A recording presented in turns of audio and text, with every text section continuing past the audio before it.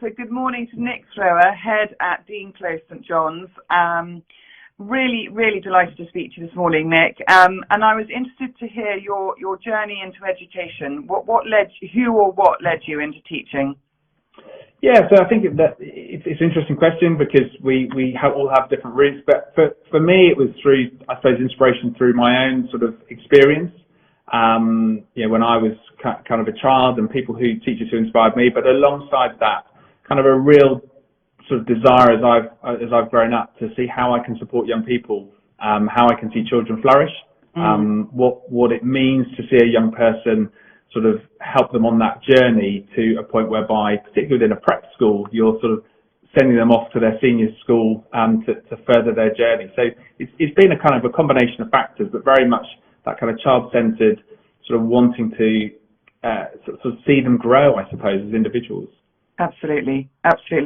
And before you joined Dean Close, St John's, I think I'm right in saying that you were chaplain and deputy head at Lambrook School near Ascot. I would have thought a different culture to St John's, based in Chepstow, when you're in an amazing rural setting. What skills do you think you sort of brought with you to your new headship? I think, a real sense of understanding the importance from a family, of how much that investment into school for a whole family, and certainly within a prep school environment, that real kind of point of contact for parents as well, and how critical you are as a school environment to them. But also pastorally, how, if we look at the pastoral side, how much, if we can get that right for a child, to get the support right, and understand the child, understand sort of what motivates them, what their challenges are, then that really helps us from an academic perspective for them to flourish. So understanding the pastoral, unpicking that, putting those things together, I've learned so much from that point of view that I've been able to translate to St John's. And a very different size school. I mean, St John's is, remind me how many pupils you have? So about the 140 mark. Okay.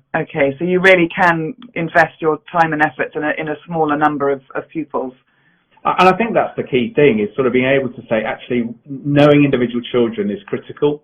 Knowing their interests outside of school, knowing their kind of, the family dynamics and how they, how they kind of work within the family. We know the child inside out, and that allows us to put the support in place that is right for that child within the context of a school environment. So we can know them so well that we can sort of tailor aspects of what we do to that individual child. And the communication between, the sort of between you, the parent, and the child is so critical, isn't it? Because actually things that are going on at home or in their personal life really affect a child's ability to learn. So I imagine that communication channel is very important.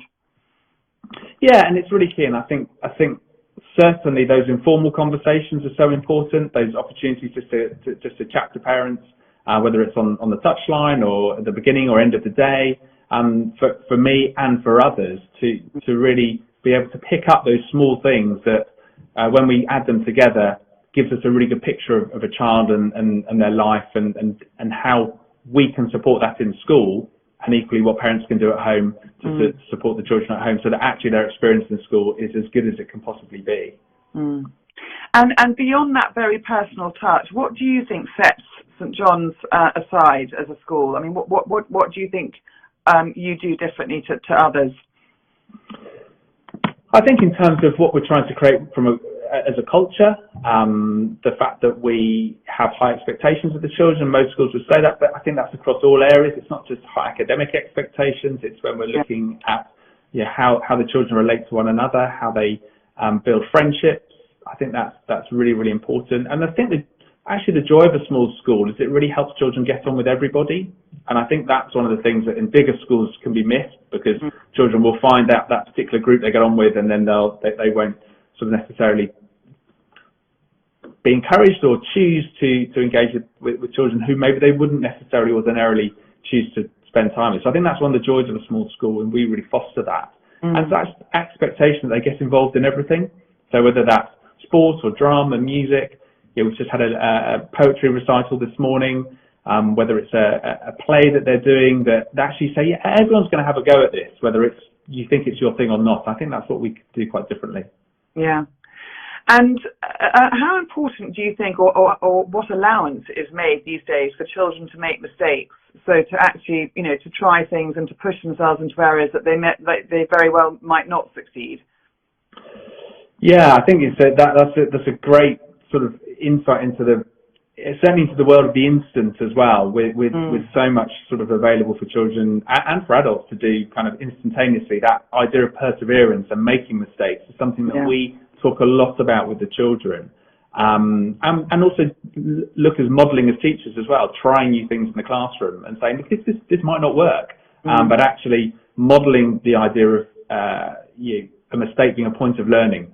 And I think that's what we try and push with the children, that actually it's okay to try things in a safe environment, and if it doesn't work out, that's okay. We will reflect on that, think, why didn't that happen as the way I expected, and what can I do next time? So if we think about it as an inverted pyramid, we want children to make mistakes early on because they're not so far to fall. If they don't make mistakes until they're into their senior schools, universities, then it's a long way to drop to recover from. So we want them to really push themselves and try new things early on, so you can go, okay, that didn't work out, but I'm willing to give something else a go, or try that a bit differently, to persevere. And I think that's a key skill that we're trying to instill in the children, that sense of perseverance, which will build resilience. Absolutely. And I would thought also in the nurturing sort of slightly smaller arena that you're talking about, there's perhaps more allowance for that, to make those mistakes in public is not quite so daunting if you're not doing it in front of so many. Yeah, I think you're right, and I think just seeing some of our children as they put themselves forwards for positions of responsibility, standing in front of their peers. If you're standing in front of a smaller group, you're more likely to do it than standing in front of hundreds and hundreds. And it gives you that confidence then, gives the children that confidence. Say, well, I've done it here, I can do it somewhere else, and I can keep pushing myself within the confines of what they feel comfortable with, and us then being able to stretch them and then say, well, you've done that, how about trying this? So it gives that ability to almost have those stepping stones. And I often think that this stage of schooling is such a springboard to the future. I think that the prep school years are so magical. How relevant, or how relevant do you feel boarding is now in comparison to the past? And do you think it's still got a place in a child's education at this age? I think boarding is, for me, plays an integral part. Whether or not parents choose to send their child onto a boarding school, but actually spending some time boarding. We have flexi boarding here, so many parents will try it. Sure. And you can tell when children have boarded, because suddenly that sense of independence grows, that ability to look after themselves that little bit more. And the great thing about flexi is children will do it because they want to do it and enjoy it. So it's a really good gateway to, if they did essentially think, boarding might be the right route. But I think boarding has so much to offer and has changed so much, even over the last 10 years, in terms of how schools look after boarders, recognise the role that they play within their lives, and putting on enriched activities to ensure that the children get the most out of their time in school, but also have that warm family feel here of a home from home. Yeah. And what sort of percentage, I know obviously you're part of the Dean Close group of schools, what percentage of your pupils go on to Dean Close or to other schools? Yeah, so we over the last few years, probably on average around 50% or so will go on to the senior school, and then we'll feed other schools such as Wycliffe or Clifton. So a variety of different schools, and it's really trying to find right schools for the children. It's not about a one-size-fits-all, and it's trying to work out with parents in dialogue what's going to work for them, and what environment's going to be right for their child. A bigger school, a pastorally minded school, what's that going to look like for them? And how easy is it, this isn't a loaded question, but I'm very interested about the senior school entry process. How do you, as vocational staff, offer a broad education to these children at this magical age and stage, but also within the rigours that you have to operate in order to get all your children into senior schools of their choice? Yeah, I think it's an interesting one as a prep school head, because schools do things differently and have different. We have to help parents navigate that tricky process at times, and give them the support that's needed to, if they're looking at applying for scholarships, or when do they go attend open days and all those sorts of things. And we tend to kind of meet with parents kind of one-to-one on a regular basis to try and work those things out, give them ideas and options to help them sort of see what's out there, and also trying to help parents understand that between year 5, year 6 and end of year 8, children change quite a lot. So what sometimes can seem appropriate to parents at year sort of 5, 6, by the time they've moved on into year 8, then actually there's something else that might fit the bill sort of better for them. So, but it can be a complicated process, but it's us walking parents through it and holding their hands, and sort of working on their behalf as well, supporting them, supporting their children, interview technique practice, and whether it's pre-testing, sort of walking that walk with them so they don't feel that they're on their own at all. And actually that communication between the school and parents is so important, isn't it? Because I think, as you say, those early conversations can mitigate issues that might arise later on, just simply by keeping that communication line very open. Yes, it does, and I think we sort of try and have evenings for parents so they can come and ask questions. They can sort of embark on that process, particularly if they're new to the independent sector. It's it's that sense of joining and then going, oh gosh, I've got to start making decisions about what we might do next, and actually it's trying to reassure parents on the one hand, but it's also trying to help them sort of think about what do they want from a senior school. So suggestions of following their social media accounts and things like that, so they get a sense and feel of what a school is like if they've never been there, and then obviously encouraging visits and having that dialogue and conversations. And Nick, on a sort of more personal level, if you switch off, what do you enjoy doing? What during the holidays and when you're sort of less on duty, if you like? What are your main sort of areas of interest? Yeah, I love to bake.